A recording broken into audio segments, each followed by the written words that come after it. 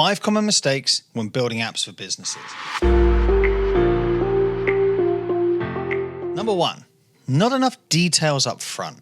Okay, so when you think, I want an app that does this. So I'm a micro retailer and we have small stores in service stations, in malls and shopping centers, at events. We want an app that does loyalty stuff. Yes, let's have an app that does loyalty so they can get a stamp, and whenever they click 5, they can get a free Cornish pasty or a coffee or a cake. But how are you going to administer it? How are you going to measure it? How are you going to integrate an application that someone says, hey, I can get a free cake? How are you going to let the person at the till know that that person is allowed a cake? How are you going to stop gaming the system so I can't take a screenshot and send it to other people? Do we have to put new technology at the till level in these places? So the idea of, yes, an app to track loyalty and to have a loyalty scheme for our customers, brilliant. But you haven't thought about enough details of what it actually means outside of just building an app that validates a purchase. Number 2, not considering the process impact of your new app. Okay, so your business is currently operating. The thing that you want your mobile app to do, you may be doing in some other ways. But how does this affect the processes when this technology is in there? What happens upstream and downstream with this new bit of kit that you're putting in? A new web app, a new internal facing tool, a new mobile app for your customers or your staff or your clients. You need to consider the impact on the processes.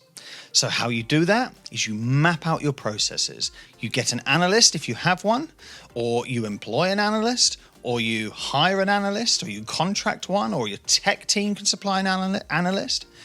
You get them to analyze your current processes. Visual form, flowcharts, arrows, lines, grids, dots, boxes. And then you put the technology into that flowchart. So now, if John has to go and get information A and put it in information B, but this product is now doing it, this app is now doing it over here, well, how's that data now validated? How does John get access to the system to put the data in the new place? You've got to ensure your new processes, when your technology and app is in place, fit. It's one of the biggest reasons that apps fail is there's not enough thought of the process up and downstream from when you put that new technology in. Number 3, building too much too soon. Don't boil the ocean, they say. It's like trying to push water uphill, they say. And it is when the thing you're trying to put in your business is too big. You've got to retrain 50 people in 20 different stores up and down the country. You've got to retrain warehouse staff. This is how we do things now. You have to govern that. You have to have oversight of it. You have to make sure it's adhered to. You have to measure it on the other side. It's too easy to build too much, and it's such a behavioral change that not enough people pick up the initiative you've put in, not enough people use it, and it just becomes a failure. Start small. Do little things, make big impact. Number 4, not getting internal buy-in first. You need the people who are going to be using your technology, whether that is your customers, whether that is your staff or whoever, you need to get their buy-in. You need to check, would you use this thing we give you? Does this make your life easier? If people don't use it, it's just a massive failure.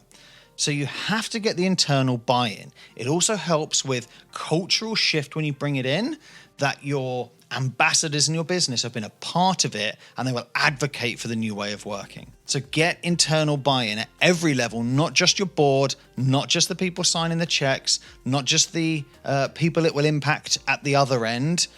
Actually get the buy-in from the people using it, because that's another way to make sure it's adopted. Number 5, lack of internal system integration. Great. So you've got a new sales tool.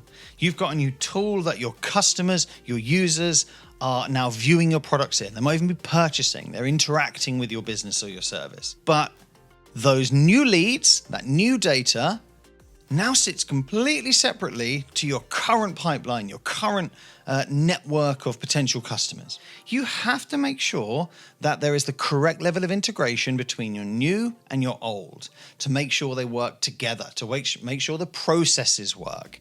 If you don't integrate enough things into what you're currently doing, then it actually creates more work the other side. two places to look for data, two sources of truth.